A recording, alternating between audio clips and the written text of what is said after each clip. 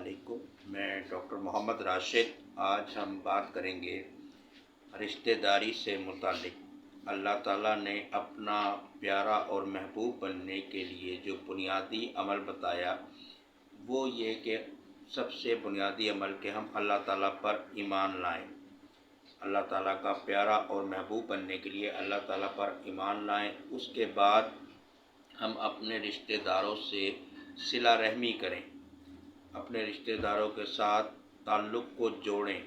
اللہ کے نبی کی حدیث کا مفہوم ہے کہ جو شخص یہ خواہش کرتا ہے کہ اس کی زندگی لمبی ہو جائے، بابرکت ہو جائے، اس کے مال میں فراوانی آ جائے، برکت ہو جائے، تو اسے چاہیے کہ وہ اپنے رشتہ داروں سے صلہ رحمی کرے، رشتہ داروں سے تعلق کو جوڑے۔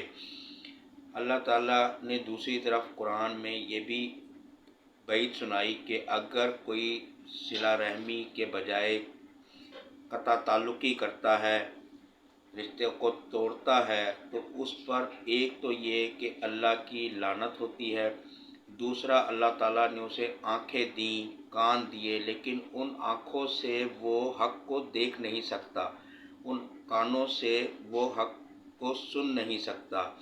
اللہ تعالیٰ اس کو اپنی رحمت سے دھتکار دیتے ہیں، روز قیامت اس پر لعنت کہا گیا ہے، لعنت ہوگی اس شخص پر۔ اسی طرح ایک صحابی آپ صلی اللہ علیہ وسلم کی خدمت میں حاضر ہوئے اور عرض کی، اللہ کے نبی، میں اپنے رشتہ داروں سے صلہ رحمی کرتا ہوں، وہ مجھ سے قطع تعلق کرتے ہیں، میں ان سے تعلق جوڑتا ہوں، وہ مجھ سے تعلق توڑتے ہیں، میں نیکی کا برتاؤ کرتا ہوں، وہ جہالت کا رویہ اختیار کرتے ہیں۔ تو اللہ نے فرمایا، نبی پاک صلی اللہ علیہ وسلم نے فرمایا کہ وہ توڑیں تم جوڑو، وہ تمہیں تکلیف دیں تم انہیں معاف کر دو۔ اگر تم ایسا ہی کرتے ہو تو جیسا تم نے بیان کیا تو تم تو ان کے منہ میں خاک ڈالتے ہو، اور اللہ کی طرف سے ایک فرشتہ ہر وقت تمہارے لیے، تمہاری مدد کے لیے تمہارے ساتھ ہوتا ہے۔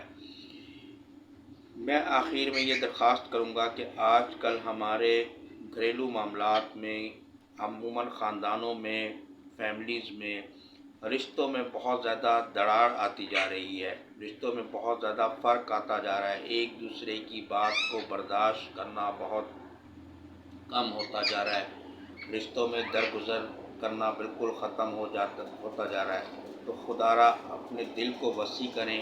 اللہ نے معافی کو پسند فرمایا، ایک دوسرے کو معاف کرنا سیکھیں، معافی کو ترجیح دیں، درگزر سے کام لیں اور رشتوں کو مضبوط کرنے کی کوشش کریں، اس دعا کے ساتھ کہ اللہ تعالی ہم سب کو اس کی توفیق عطا فرمائے۔ آمین ثم آمین۔ اللہ حافظ۔